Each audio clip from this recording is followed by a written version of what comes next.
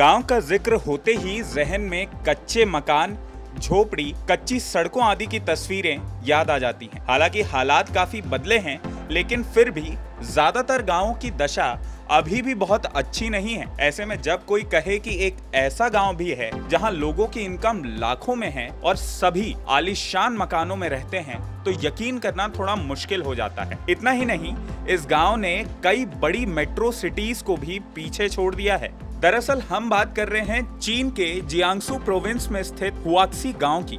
कुछ समय पहले तक इस गांव को चीन का रिचेस्ट विलेज कहा जाता था।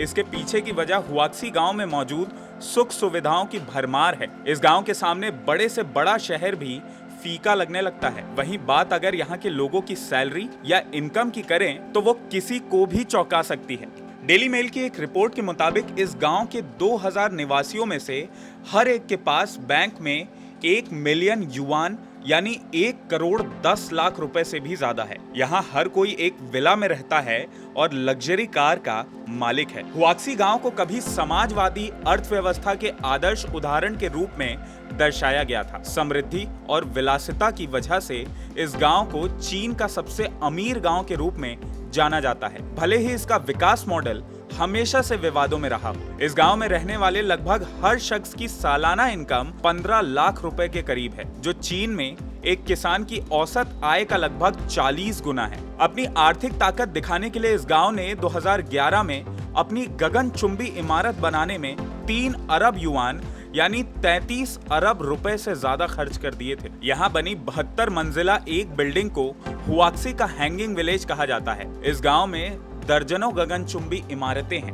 अब आप सोच रहे होंगे कि यहाँ के गांव के लोगों ने ऐसा क्या किया जिस वजह से ये इतने ज्यादा अमीर हो गए। तो आपको बता दें कि वैसे तो हुआक्सी एक कृषि प्रधान गांव है, लेकिन यहाँ के किसानों ने एक ऐसा आइडिया अपनाया जिसके कारण इस गांव को दुनिया के सबसे अमीर गांवों में भी गिना जाने लगा। चीनी मीडिया के अनुसार जब गांव को 60 के दशक में बसाया गया था, तब ये इतना विकसित नहीं था, लेकिन बाद में कम्युनिस्ट पार्टी के नेता वू रेनबाओ ने इस गांव की सूरत ही बदल डाली। यहाँ का हर किसान टुकड़ों के बजाय ग्रुप में खेती करने लगा। सामूहिक खेती की वजह से लोगों को जबरदस्त फायदा हुआ। इसके अलावा हुआक्सी गांव ने अपने लौह और इस्पात उद्योग को विकसित किया। 21वीं सदी की शुरुआत तक हुआक्सी में 100 से ज्यादा कंपनियां हो गई थी, जिनमें लोहा, इस्पात और तंबाकू के कारोबार से जुड़ी कंपनियां शामिल थी। हालांकि 2008 के बाद से यहाँ के इस्पात उद्योग में गिरावट आई और ज्यादा उत्पादन एक समस्या बन गई। धीरे धीरे ये समस्या बढ़ती गई। पिछले साल जनवरी में आई एक रिपोर्ट के मुताबिक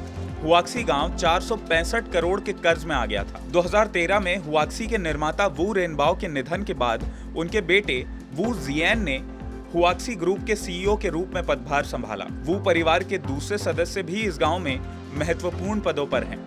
आलोचना करने वाले कहते हैं कि ये गांव अब एक परिवार द्वारा शासित एक सामंती दुनिया बन गया है। फिलहाल हुआक्सी विलेज ग्रुप को आर्थिक मदद के लिए सरकारी सहायता दी जा रही है, लेकिन इसके बलबूते वो कब तक चलेगा, इस पर संशय बना हुआ है। सामूहिक धन के संदिग्ध कुप्रबंधन और खराब निवेश निर्णयों के बाद ये गांव दिवालिया होने की कगार पर आ गया है। खैर, बात कुछ भी हो, लेकिन इसे आज भी दुनिया का सबसे अमीर गांव कहा जाता है। ये गांव दर्शाता है कि कैसे ग्रुप में काम करने से कोई भी मुश्किल बड़ी नहीं रह जाती। ऐसे में इस गांव को लेकर आपकी क्या राय है, आप हमें कमेंट करके जरूर बताएं। आपको अगर ये वीडियो पसंद आया हो तो इसे लाइक और शेयर करना ना भूलें और IBC 24 के YouTube चैनल खबर विभाग को जरूर सब्सक्राइब करें। नमस्कार।